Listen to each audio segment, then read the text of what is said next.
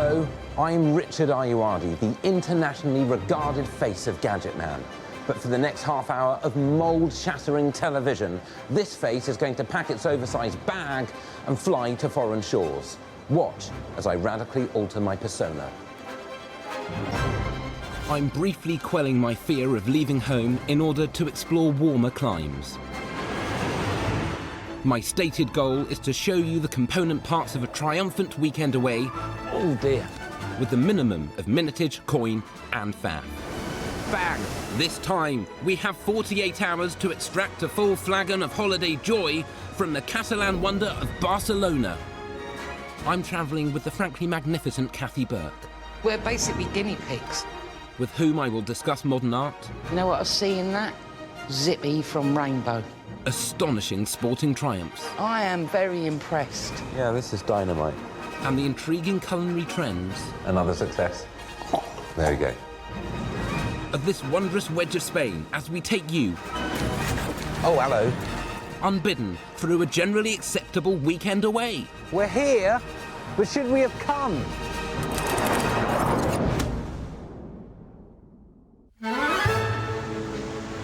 If personal space isn't your jam, then feel free to trundle to Barcelona by bus.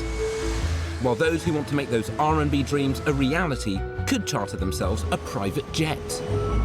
Chastened by the commercial failure of my last two rap albums, I've chosen a more affordable public aircraft. While Cathy travels by train into Barcelona Sant Station.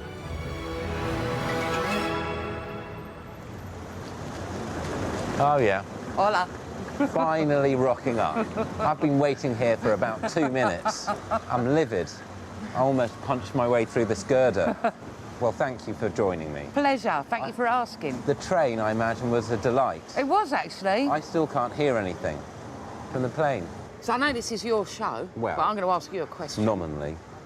Why have you brought me to Barcelona? I'm going to flip and run it down now. As well as being in Spain, we're also in the capital of the Catalonia region, which has its own language and flag, like a country in another country, like Scotland is. 7.5 million tourists fling themselves here every year, and while I instinctively reject majority verdicts, this level of popularity must be taken into account. Catalonia is where they invented chopper chops. And the last in this amazing series of compelling reasons is that they don't have a tooth fairy here. They have a tooth mouse. A tooth mouse? A tooth mouse. We arrive at our carefully chosen digs. This is it. Oh, crumbs. Yeah. All right. El Palouet contains just 6 two-bedroom suites and is located on one of Barcelona's most exclusive boulevards. But we're sharing this, yeah? Yes. Oh. Okay. I'm a little bit worried about that. Are there locks? Yes, once you close the door, it's like your own room. Great. What do you think I am, like the Midnight Rambler? I'm a married man. I'm just saying. You fear assault? I don't fear assault. Okay. I fear a chancer. A chant? A chancer. Good grief. Well, this isn't shabby, is it? No, me and Donald Trump will take that one, and then you can spread out in there. Okay, so this is your bedroom and Right. one of the bathrooms. One of the bedrooms, let's be clear One about of the that. bedrooms. This is one of the bedrooms. Wow. Right. So here we have the wardrobe, we have a shower, Yes. and we also have the Japanese toilet as well with all the controls. So you Controls? can experiment with them if you like. It just sounds like it's setting us up for sexy times, you see. Well, you are sharing a room. Well, We are not sharing we're a not room. sharing a We are room. in lockdown from We 9 are. p.m. This is going to be like a panic room. OK, well, we'll go. Okay. If I hear a cry for help and you're in here, I'm going to phone reception and say, Cathy has used the toilet the wrong way and it's backfiring violently. A tsunami Yes. up me anal. Yeah. Bring support. Barcelona is only half the size of Birmingham and can easily be navigated by leg. Or from a classic motorbike and sidecar like this one. But because we couldn't decide who would be Wallace and who would be Gromit, we choose an alternative mode of transport. We're going to get one of these, Trixie cab. Yes, take us to the points of interest. Oh, wow. Trixie pedicab tours can be arranged throughout Barcelona. Ours begins 10 minutes from the hotel at Trixie's city centre base. Oh, hello. Bear in mind safety, Santi. Don't go crazy. Site 1 is the literally towering Christopher Columbus monument. The Italian explorer is said to have returned to this very point on Barcelona's coast after his successful voyage to America. And is it true that he's pointing in the wrong direction? That's right. Yeah, Lovely.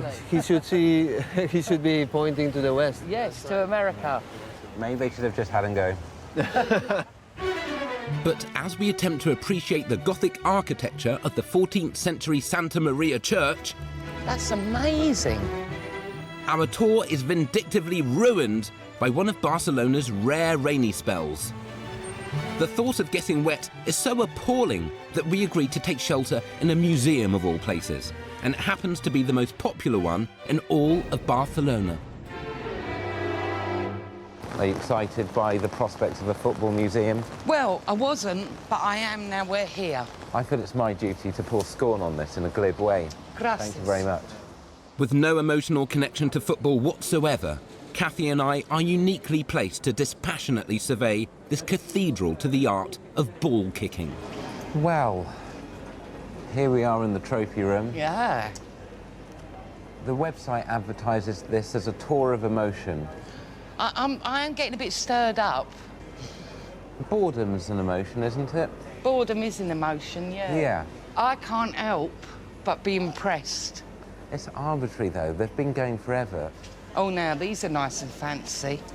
The Catalan Cup, you see. God, thank God those are here. I could be here for minutes. Can we pick up the pace a bit? Because these seem quite similar to the other ones.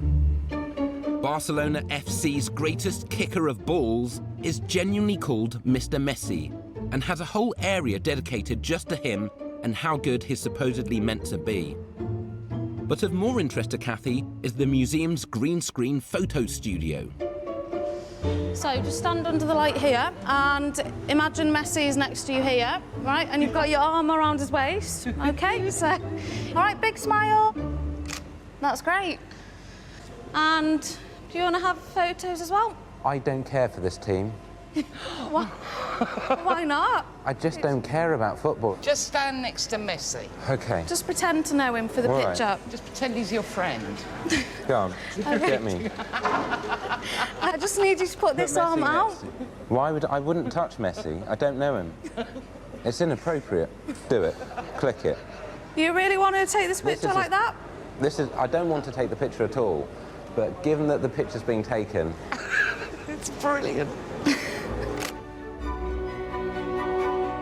Distressed by their lack of empathy, give my regards to Messi. I will. I make one last search for sincerity by ascending to the apogee of the sporting basilica, the terrace. You can't not be impressed. At the volume of seats. There are a lot of seats here, enough for nearly 100,000 people, 99 and a half. See, that would frustrate me. Surely they could fit another 500 and make it even. Yeah. It's sort of amazing, though, no? I mean, I feel bad. I'm sure there are many people who would love to be here. But in a way, life is more enjoyable if you only enjoy very few things. Because the things I enjoy, I have access to. Yeah. Marbles, Yeah. books, Yeah. and French New Wave films. All right. It's going to break my heart to leave, OK. but can we? Absolutely. Yeah, let's just do anything else. Adios. Yeah, I liked it. You know. no. As much as I want to share Kathy's excitement, I feel absolutely dead inside. And even more crucially, have developed a thirst specifically for sparkling wine. You know, Catalonia is famous for its cava, the Spanish equivalent of champagne. So we head to one of the world's most boss wine shops to learn about it. Thanks for having us. So which fizzy wine are we starting with? First, we discover that cava is made using the same technique as champagne, but with different grapes. Xarel·lo, Macabeu, y Parellada. These are the 3 grapes, the classical coupage from the Cava. They sound like great grapes. Yeah. Oh, there we go. We have 5 bottles to try, each with a supposedly unique character. Okay, I don't know what you did there, but I'll try and make that same face. This is good, tiny bit sharp. This is good. Each bottle is from Catalonia, where the majority of Cava is produced. And we're told they all look different. I'm not very good at this. Again, this is a relatively similar colour to the other ones. It's different from the other. It is more similar than different, I'd say, though. Adding new grapes like Chardonnay Oh, hello. is said to radically alter the flavour. This is like giving a very fine thing to an idiot, is what you're currently doing. I have no palate. I literally, it seems fine. I mean, No, I could taste it's more creamy. You're getting cream? You're not actual cream. Like custard cream? No. Oh. 5 glasses in, we approach the nuances of Cava tasting technique. Me, I was like more than 1 year to know how to do this. You did this every morning for a year? Yes. Okay. Did you get a lot done that year? Is that what's referred to as your lost year? So like John Lennon in New York. And then, in a ringing endorsement of the Cava tasting process, Kathy erupts with joy. Annie's having a small aneurysm here.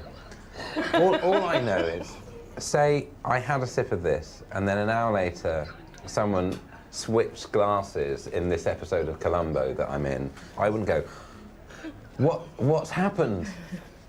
This is a completely different drink. But as I say, I have no palate.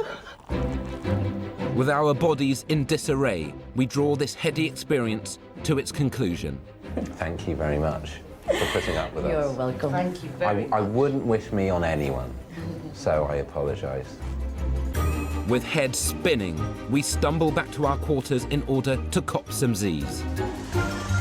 Next morn, our relentless 48 hours continues with art. We can probably get this done in 70 seconds if we focus. Theatrical food. Look at that. And vertigo. Whoa, I can't even look down there, mate. Actress Kathy Burke and me, the Alan Wicker It's OK to Hate, Richard Ayoade, are thrashing through a relentless weekend in Barcelona. Day 1 was a whirlwind of ludicrous sports and beverage consumption. You're getting cream? You're not actual cream. Day 1 is now followed by what we're already calling Day 2. Barcelona is famous for its frankly well-good galleries, and I urgently wish to start the day by showing Kathy the work of everyone's favourite 20th century Catalan surrealist, Juan Miró. Thank you. Not at all. The Miró Foundation displays some of his most famous work and has an audio guide to escort you through the mire of forming art-based opinions. I wish I had one of these in my normal life. Just going down the street, you should be moved by this small child. It has so much hope. Stop thinking about your mortgage. 302. What do you want to know? What is it? What you see here is a scale model. It's a scale model of a monument he designed for the city of Paris. Oh, OK. And what is it? He chose a truly poetic He chose a truly poetic title for the piece. Lovers playing Which is? Lovers Playing with Almond Blossom. Take a few seconds to think about who these two lovers could be. Zippy from Rainbow. After, you know, one of his eyes being gouged out. Yeah, by George. With Kathy unmoved, and with limited stocks of patience, I press on. Surely a quick eye blast of Miro's paintings will floor the woman. We can probably get this done in 70 seconds if we focus. Look at this. He painted this one on copper in 1935, just 1 year before the outbreak of the Spanish Civil War, as we know. He'd just moved back to Barcelona, actually, where political tension was on the rise. Oh, wow. You can see that in the work. This isn't my sort of thing, I have to say. I'm a bit more straight, a bit more figurative. OK. Portraiture, I like that sort of stuff, really. And so, as Kathy berates Miró in favour of that sellout hack, Pablo Picasso, That's for me, Rick. the time of lunch falls upon us. Barcelona is renowned for its first-rate cuisine, so I've ignored Kathy's aversion to adventurous comestibles and used her credit card to secure us some lunch at a fancy eatery called Uma. I'm not going to wait for you to thank me, so I'm just going to tell you why this is so good. Thank you, Rick. This is a clandestine restaurant. Which means what? Which means it's not always open. You have to follow it on Facebook. It's run by Iker Orauskin, who develops the food for some of Barcelona's 20 Michelin-starred restaurants and uses this place as a testing ground for new ideas. So we're basically guinea pigs. Yes, we're testers. OK. We're not here for brave potatoes. We're here for a surprisingly affordable 6-course banquet of Iker's latest creations. This meal, which is designed to toy with our senses, starts with a winter landscape of truffles and dehydrated vegetables. I don't want to be a heathen, but I feel slightly alarmed there's not a plate. It's quite rich. It's quite fancy. Next, a liquefied olive in a semi-solid membrane. I'm not going to lie, I don't know how to eat this. Take the glass like this. Okay, and you just, you know, Yes. like a shot. Yeah. Like a shot glass of olive. Yeah. OK, you go Okay. first, though. Wow, that was wholly unexpected. I'm scared. It is fine. This is why I can't do the jungle. Gnats bollocks and all that.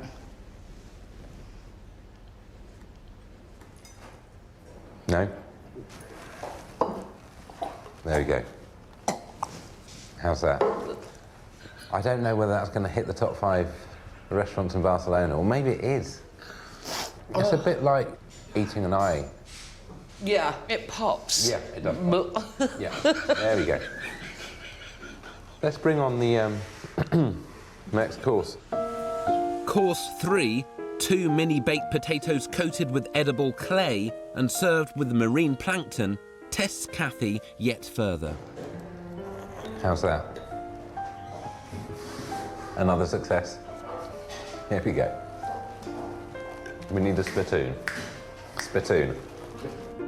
An edible yucca plant in the guise of coal has more success. Overall, good. And the watermelon that looks like tuna is a mid-meal revelation. He gets his kicks giving someone like a whisper, but he's actually taken a Lion bar and put it in a whisper packet. Wait till they taste the peanuts, they won't know what's happened. After a white chocolate and almond-based pudding that's disguised as a large sausage, That is good. Iker reveals his culinary climax, bubbly custard. Look at that. It's amazing. God, it's like when you blow through the straw, but you don't have to do that.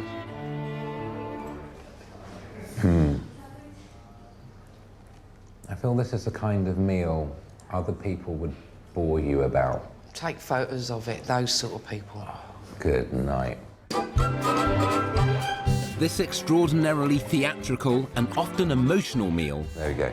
has been a savagely varied experience. You know the drill. We've eaten, now we bolt. And so, with hoodwinked stomachs, we must conclude our mini-break at a suitably Spanish location. We could choose the street hub of La Rambla, where caricature artists translate your visage into an extraordinarily vivid pencil drawing.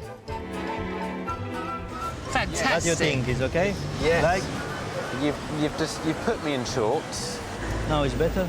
That's good. That's very nice. Thank you. Thank you. Yeah, wow. Thank you very much. That's really, that's something.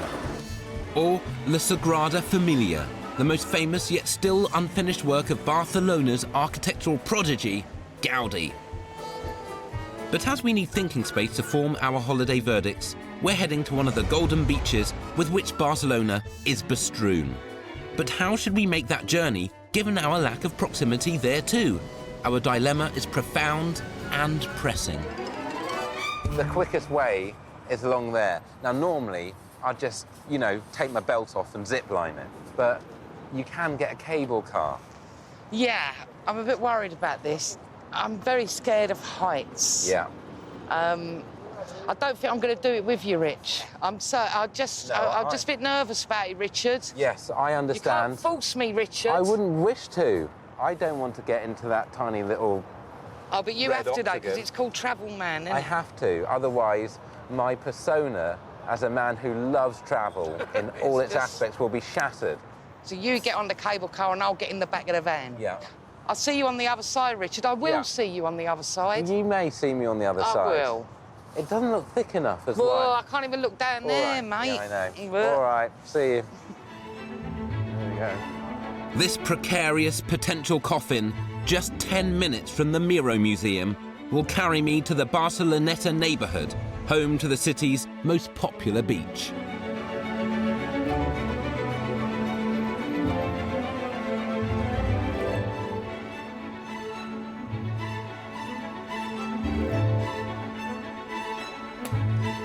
And so, our trip ends as it began, with me, a near saint, selflessly waiting for Kathy to arrive by an inefficient mode of transportation. Hola. Hello. Enjoy your trip, did you? I did. Much better to be in the back of a van Yes. than up on a cable. I probably should have realised you were coming when they started filming. So, how do you feel about being on a beach in winter?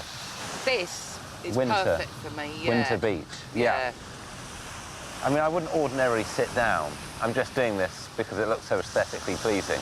Yeah, no, I get it. I don't like my seat to touch sand. Do you not? You know what I'm talking about. Do you not like sand and beaches? It's a lot of post-beach excavation. Yeah, there is. So let's go from that to our highlights. Barcelona is an almost bottomless quarry of artistic and architectural ephemera, but it's also a place where cultural enrichment comes at a cost. But we enjoyed presidential luxury while we slept. Right. What do you think I am, like the Midnight Rambler? Ate a 6-course meal of highfalutin cuisine. Overall, good. And drank so much Cava that Kathy lost her sense of self. Harry's having a small aneurysm here. Would you come back to Barcelona? Absolutely. I really would, actually. Yeah. And now I know as well that it's a few hours sitting on a train. I might be back sooner than you think.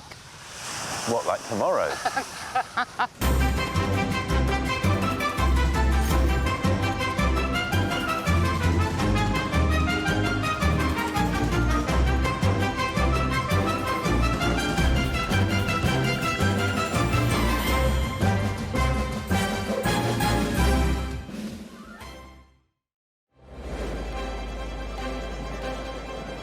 Hello, I'm Richard Ayoade.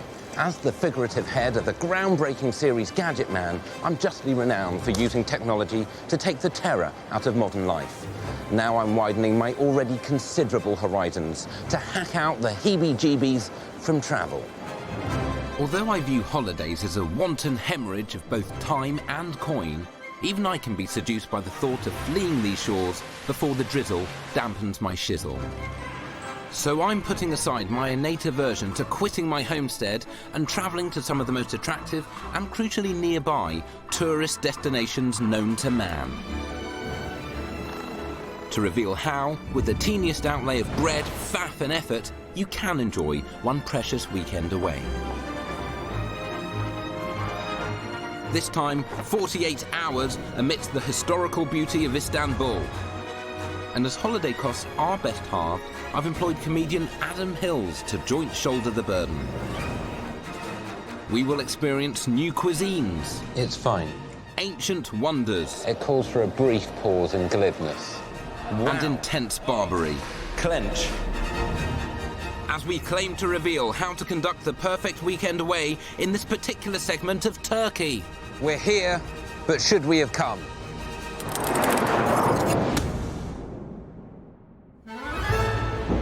Istanbul can be reached via the annual Venice Simplon Orient Express train from Paris.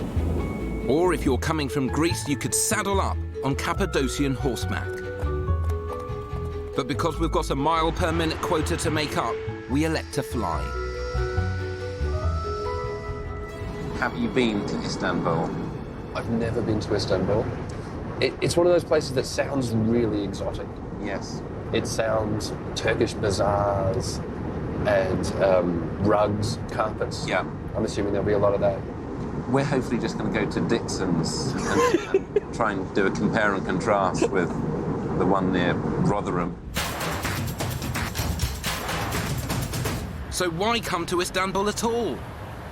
Istanbul, not Constantinople, is the 8th most popular tourist destination in the world and the only city on Earth that's spread across 2 continents as opposed to non-Earth-based cities straddling Europe and Asia. It's been the capital of 4 of my all-time favourite empires, Latin, Roman, Byzantine, and my personal soft spot, Ottoman, was once famous for having a reassuringly world-beating 1,400 public toilets, and as it's been the location of choice for 3 James Bond films, Istanbul is a must-stop on any money-no-object James Bond world domination tour.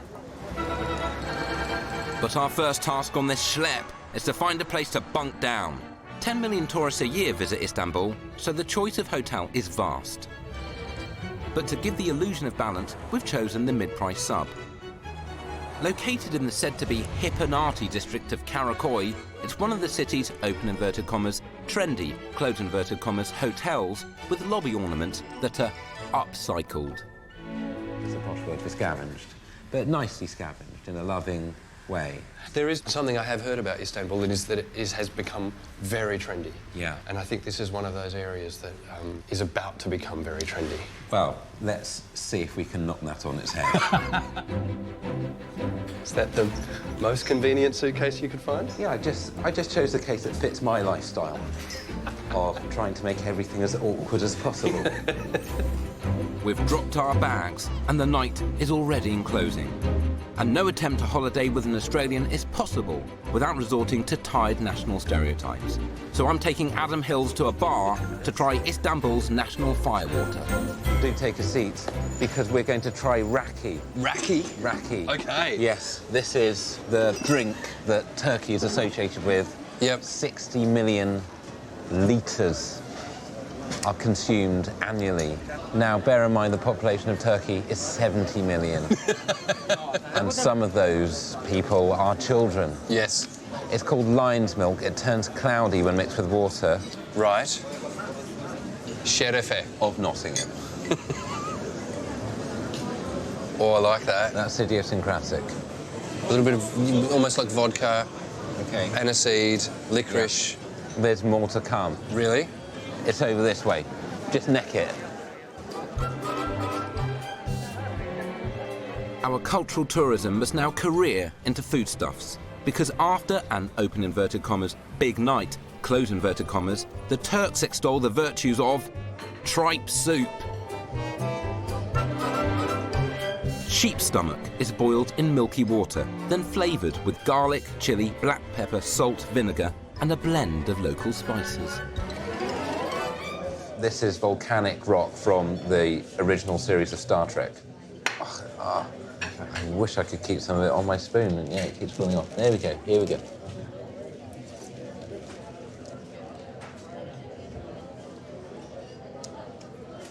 It's fine. I'm going to say this is too Turkish. We've gone too far. We've gone too Turkish. This is That sounds like your safe term. Too Turkish. in the bedroom, yes. Yeah. That is how my wife knows we've gone too far. Lights on. It's become too Turkish. What am I doing? I tasted it. Why did I have a second taste? I've tasted this. No. I don't know. I'm going to have more as well, because maybe it grows on you. So you've had a big night. You've had way too much raki. What do you want to bring you down? This. Maybe this can only be truly enjoyed if you've had a certain quantity of raki. I think any food that requires you to be drunk should be reassessed. That is not how you get Michelin stars. Too Turkish. And now, with a gutful of raki and tripe, we must attempt to get some REM. Day 2 begins with clear heads and a desire to straddle as much Turkish square footage as possible in the minimum of time. The fastest way to take in the city sights is from the river Bosphorus. Most people do this by a standard boat tour, but because Adam aggressively insisted, I've booked a yacht, allowing us to be in Turkey and a yacht at the same time. Look, here's the thing. This is Asia, and that is Europe, and this is the only city in the world that straddles the two. Does that mean that any song written on that side of the river cannot be entered in the Eurovision Song Contest? That's one of the many terrible things about being on that side of the river. It must be. Adam, I know that one of your personal bugbears is the fact that you cannot magnify your vision and record the image. Exactly, yeah. Well, relax, because I've got the Bushnell image view binoculars right here. You can look through this right, and snap away. If I wanted to, I could take a video. Yes. Of Asia. Of Asia in a very rocky kind of way. Yes. Our restricted schedule permits only the briefest of landings in Asia, giving us just enough time to reboot a holiday ritual. OK, well, I'm going to send a postcard now. How? From the phone. Of course. So I'm going to select this app. We take a photo of ourselves in this manner, with the modern gesture. Here we go. We send the photo, select the address, and hit send. And it will be sent as a physical postcard. It's done. It's both instant and, you know, technologically up to date, and yet old-fashioned at the same time. Yes, it's got an up-to-the-minute redundancy. With Asia but fleetingly sampled, we must perforce return to Europe. And in order to offset our yacht costs, we're chugging back on a public ferry.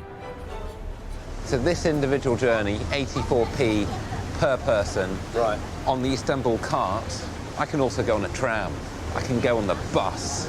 I can go on the subway, which goes up, and then there's a counter train going down. Yep. The ferry is a cost-effective joy. 84p allows a bod to see 3 of Istanbul's biggest attractions: the Blue Mosque, Hagia Sophia, and Topkapi Palace, without having to waste valuable time actually visiting them. Bang, done. You've just covered it all in a second. Brutally efficient. I'm now wondering why Duran Duran didn't film any videos on a ferry. Idiocy is the answer. Why didn't Brian Ferry? Well, that would have made even more sense. I think he was trying to get away from the whole haulage ship image that he'd built up in the early 70s. And now, with our feet back on European soil, our drama only partway played out. Convention dictates we must pause and celebrate other ways to part us from our earnings. Comedian Adam Hillsas and me, nasal non-event Richard Ayoade, are attempting to cajole you through the perfect Turkish weekend. We've voyaged between 2 continents and partaken of new fares. Too Turkish. But we need to sharpen up before we hit the streets. Turkey is so famous for its barbers that in London, a Turkish shave is a lavish splash out. But in Turkey, many people shave every day, and I'm joining them. For seeing the universal holiday problem and the linguistic laziness of the non-English, I've tooled up with tech. I would like a shave, and my friend would like a haircut. I would also like to know the price.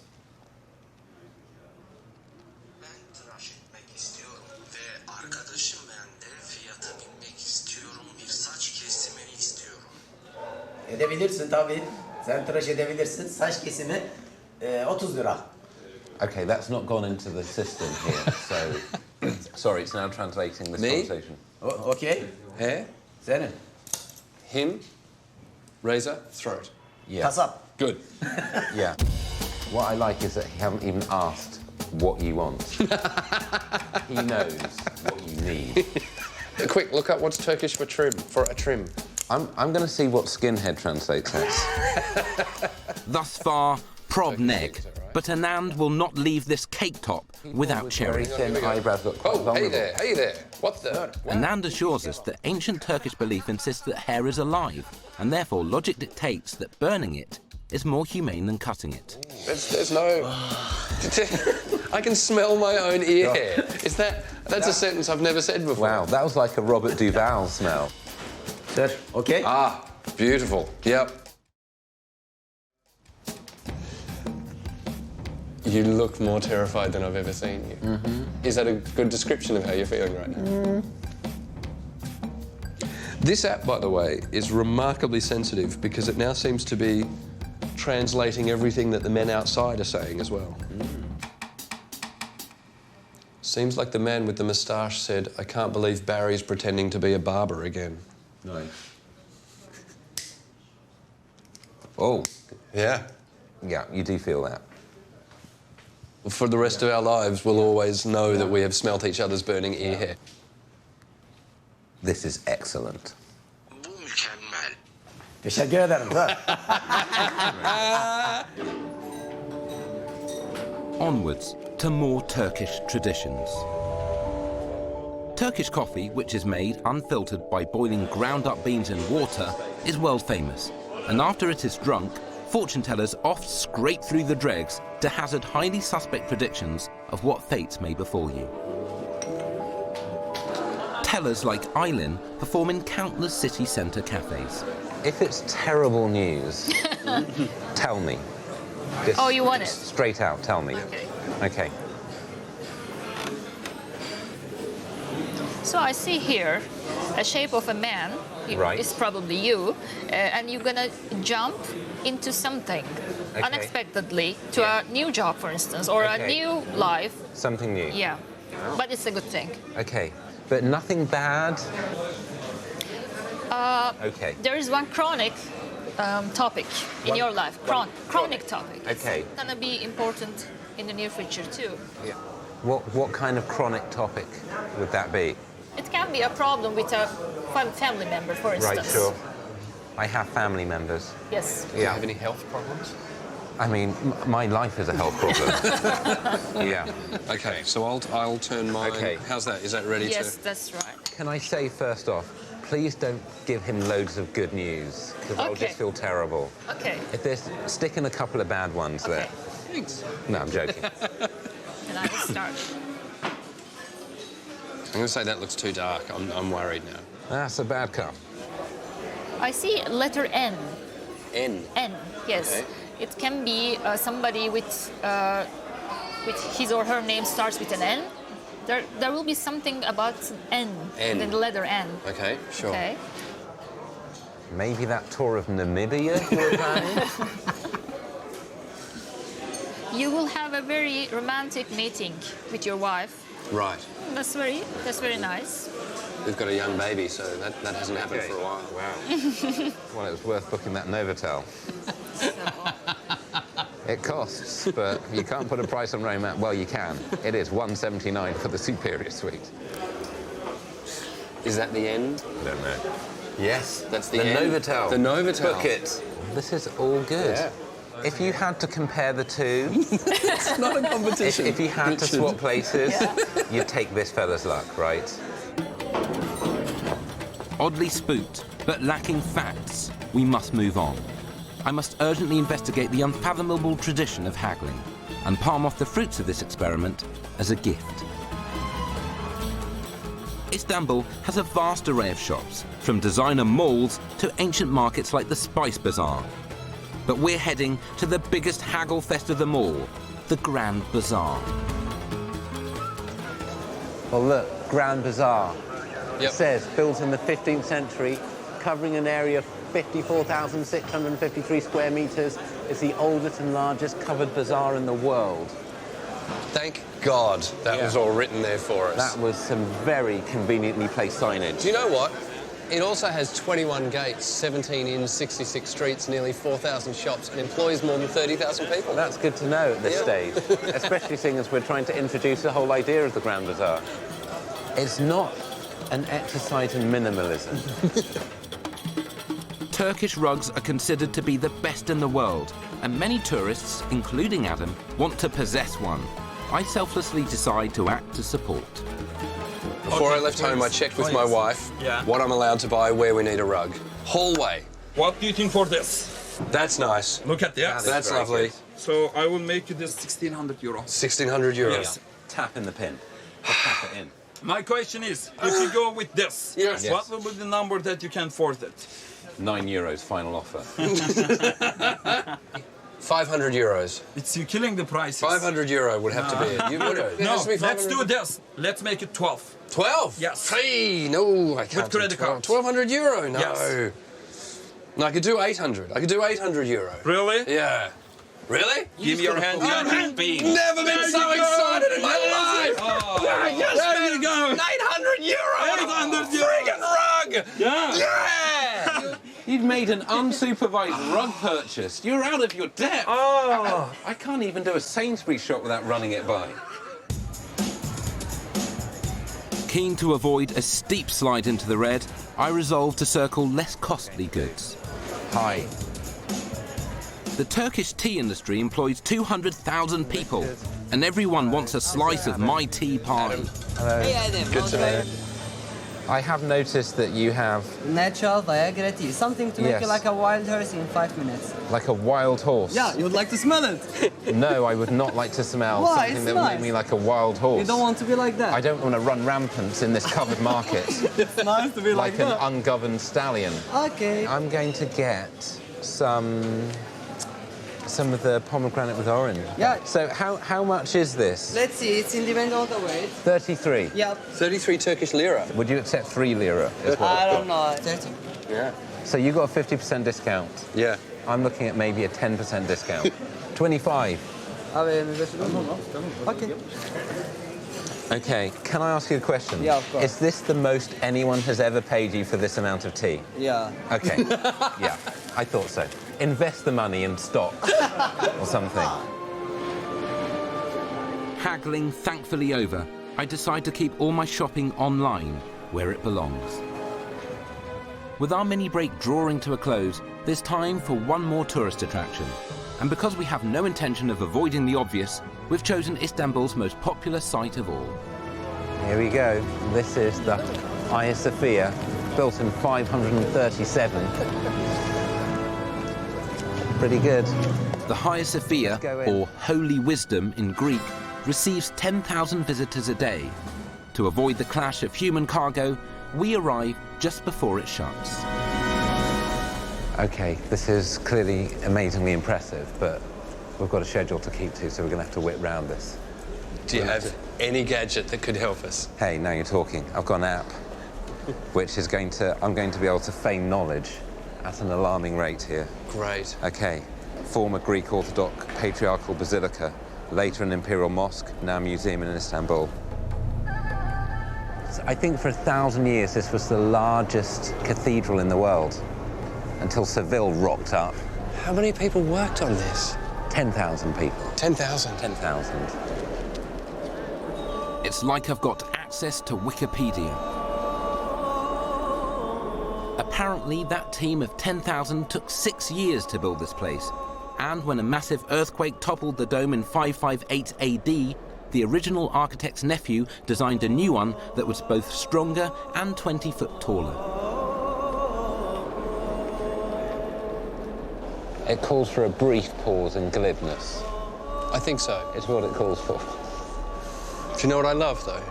Is that as much as everything has changed and the world around it has changed, the light coming through that window is probably the same as it was in 537 AD.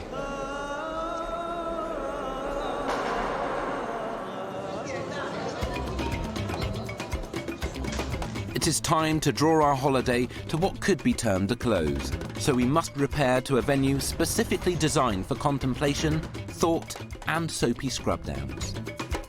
Istanbul has over 100 public bars, where locals come to gas with buzz. We've chosen the mid-price Ar Hamami. As one of only 2 unisex bars, it's husband and wife friendly, so ideal for 2 emotionally close men. So, Adam, how do you feel about our trip to Istanbul? This is a personal low point for me, but what have your favourites or least favourite bits been? We packed in a lot, but I didn't feel like we were stressed at any point. But I certainly don't feel stressed now. Okay. Here's the best compliment I can pay you. I now feel like a local. I've got to say, Adam, your credibility is being slightly undermined by your extremely sudsy face. It's like an off-duty Father Christmas telling me something. Wow. Oh. Wow. Clench. Just clench. It's like starting a speedboat. Too Turkish. With time and dignity slipping away, we must grope for our verdict. So overall, we reward Istanbul with an 80s-era Macca-style double thumbs up. Well, unequivocally, you're hearing it from me and from shaving foam head man. Turkey has been conquered in 2 days. I don't mean that in a martial way, I mean in a travel-y kind of way.